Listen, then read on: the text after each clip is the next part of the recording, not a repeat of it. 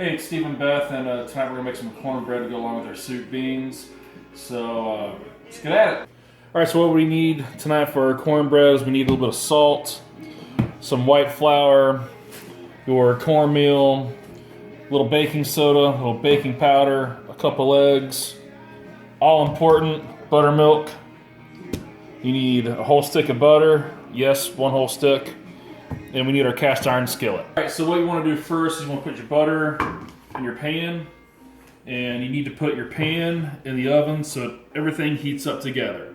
So you can't make cornbread with a cold cast iron skillet. So we got our oven preheating at 425. We'll slide that in, let everything come up to temperature together, and then we'll bake it up. Okay, so we're gonna put our dry mixes together. We're gonna start out with our salt. We're gonna do about a teaspoon of salt. That's probably like 2 teaspoons of salt. We're gonna put a half teaspoon of the baking soda. And then we're gonna do a teaspoon of the baking powder. And that is our leavening agent. Now you're probably wondering, Steve, you're using a tablespoon and you're not using a measuring spoon.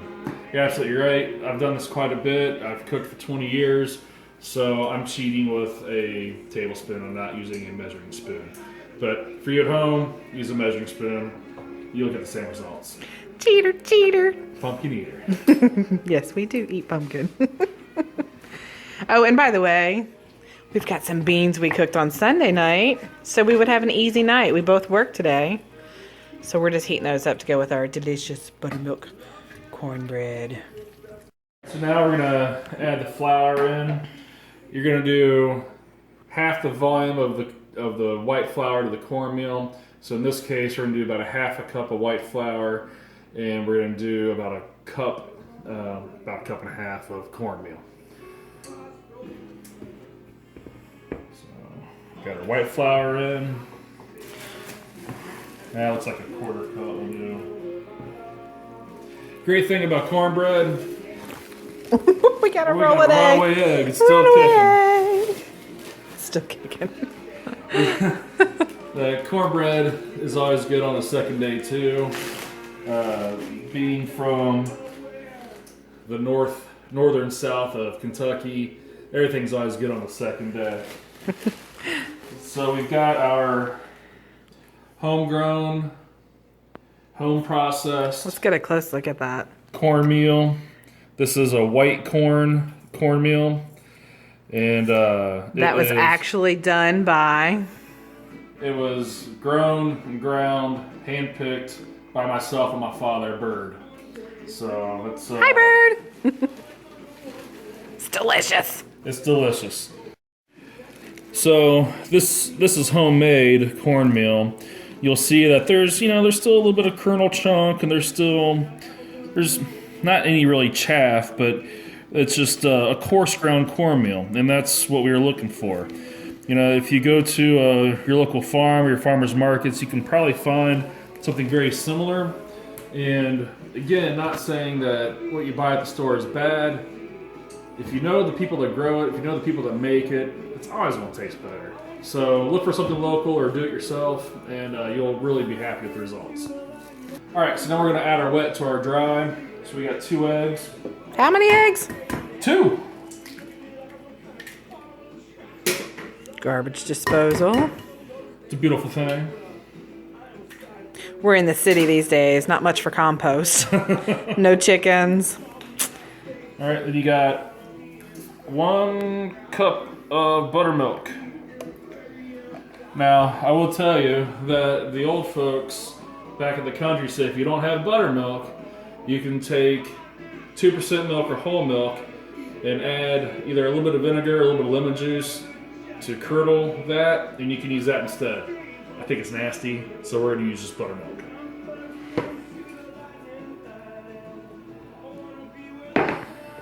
And take your handy dandy whisk.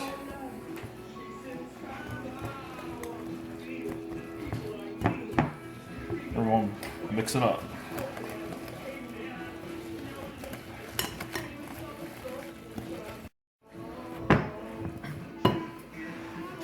All Alright, so we've got everything mixed in. And again, you know, whether you're using homemade cornmeal or you're using store-bought, finely ground meal, you're still going to have kind of like a wet oatmeal consistency. Little grit, kind of. A little gritty, and that is A-okay. That's kind of what you're looking for. So we've got our oven up to 425, and that fit my towel on me. I'm good at that.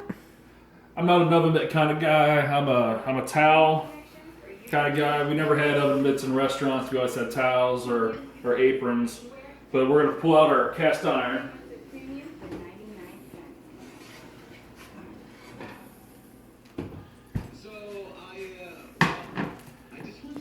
So that is 425 degree butter. And you can see that we're starting to brown. Brown butter is not bad butter. Brown butter's flavor. Mm-hmm. Gotta love cast iron. So what does that do? Like, what does that do? Why did you heat it up first? Well, you want to heat your butter up, or you want to heat your oil up.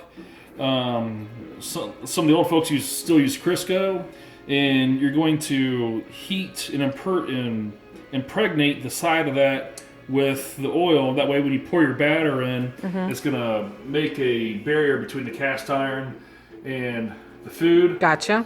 And so it's going to pop right out when it's done cooking. And it helps make that crispy crust, doesn't it? Makes that crispy crust. Oh, yeah.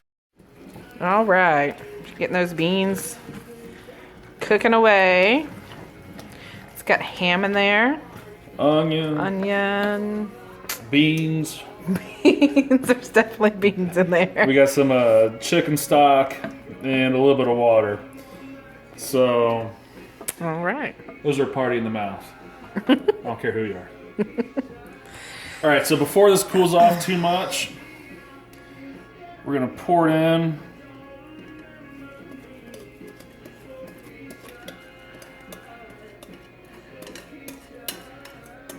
It's important to scrape your bowl, get as much of that liquid gold of cornbread mix out.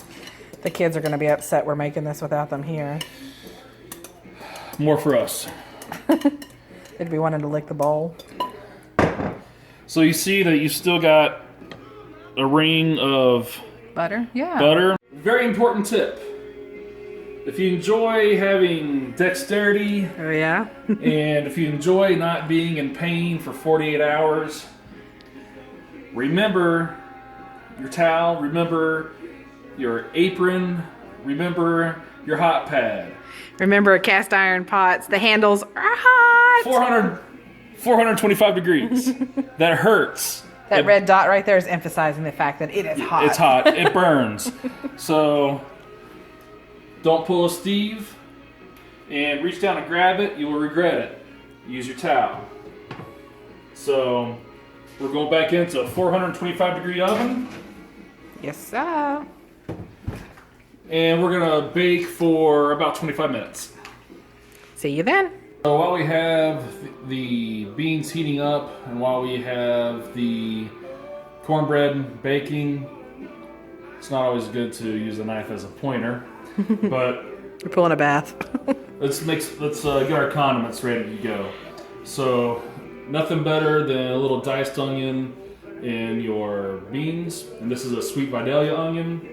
And so we're gonna take one end off. Take a second end off. Very easily perforate that first layer.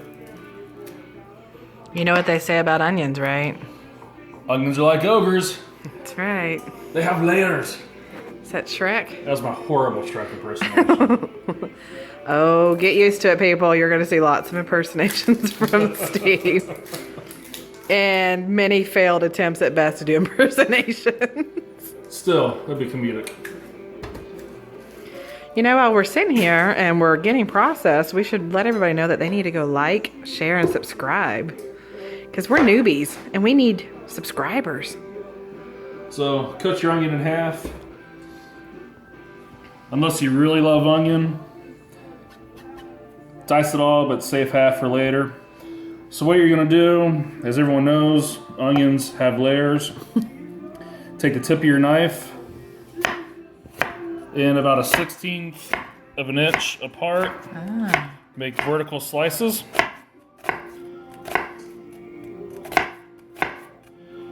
And you don't have to cut all the way through the onion. Just through the first half will be fine. You come in sideways and then cut horizontally. Ooh. Again, about halfway through your onion.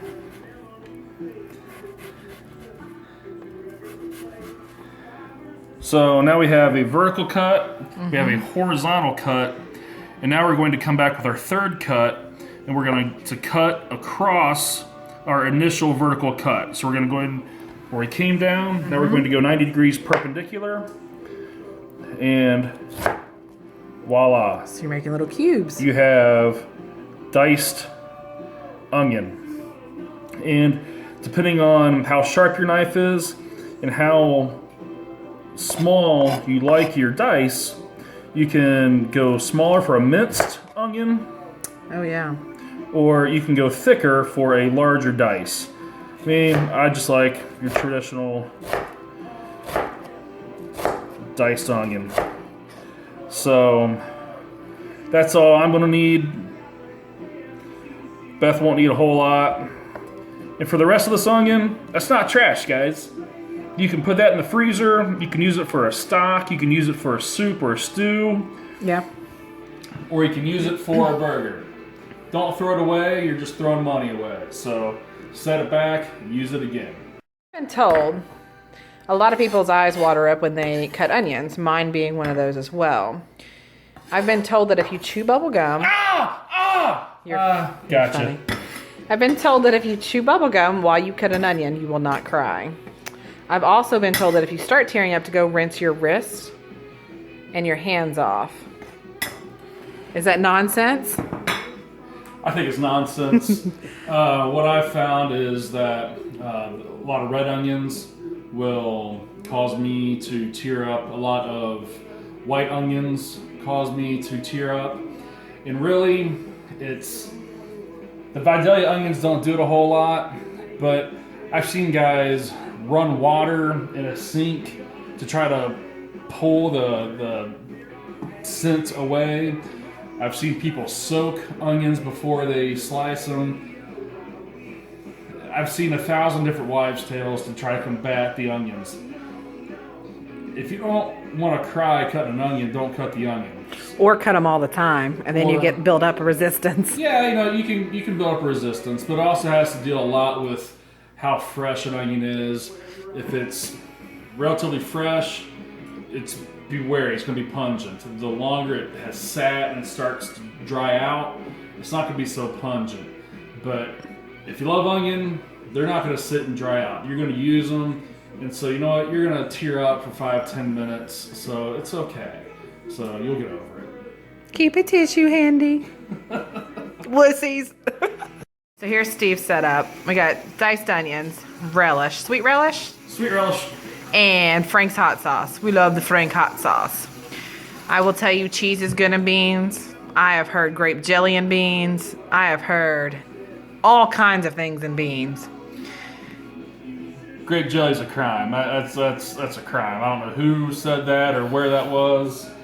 They're probably with ISIS over in Syria. I don't know, but we don't put grape jelly. I don't know. That's gross. No. I'm not sure the reference with the Middle East is the grape jelly. Ooh, that's looking good. So how long do we leave it in there? I didn't catch that before. About 25 minutes. About 25 minutes? Will it get like a golden brown or? Yeah, it's kind of hard to see, but you'll see that it's starting to firm up and brown up. Yeah, looks great. So what we had it in there? 10 minutes? It's been in there about 13, 14 minutes. All right, so back in Kentucky, that's what we would call fine dining, haute couture. What's that? Oh my. Little presentation of... that is a fantastic presentation. Oh yes, fine dining right there in Kentucky. So tell us what's in it, Chef Boyar Steve. Obviously you have your baked brown beans. We have a little relish, a little of our diced onion, and a drop of our Frank's Red Hot Sauce, original style. They're not a sponsor, but they should be. Oh, yeah. Well, what this really means is we are doing a trial test to make sure it's delicious, because that's what happens when you're a cook. That's right. You got to taste it. I'm not a cook. I am a cook, but I'm not cooking right now. But I still get the perks. Part of the team. Our timer just went off on the oven. I've gone ahead and killed that. I've killed the oven itself. So we're going to pull our cornbread out.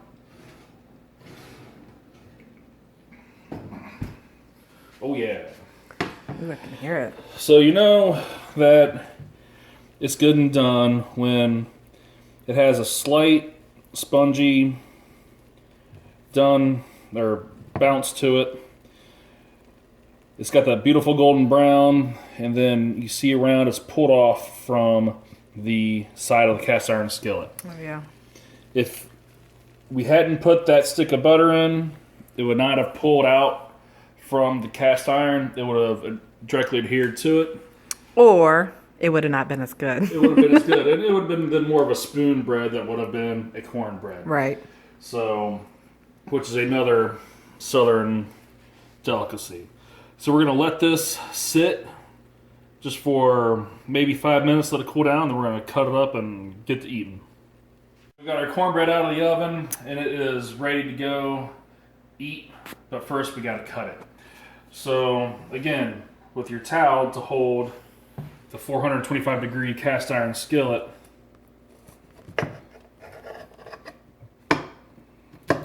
just work through it. Ooh, it sounds like it's cooked to perfection. Believe it or not, that's a sound. Perfection. Perfection is the sound. It is. When you pull it out, we're going to see exactly what I mean. Look at that. Perfection. Look at that steam coming off. Oh, yeah. Okay. And one thing you'll notice in homemade cornmeal that you're not going to notice in store-bought cornmeal is that you'll actually see where the kernels have cooked. And they're a bright orange or they are a golden yellow. Mm-hmm. And you can actually see it up here on top too. The little gold flecks. Yeah, and you can see that it's got some texture to it. A little bit of, like that grit. It's a great texture, especially with the beans. And it didn't stick to the pan. Didn't stick to the pan. And that is, I broke it. That's okay. But you know what that means? You gotta try it. You gotta try it.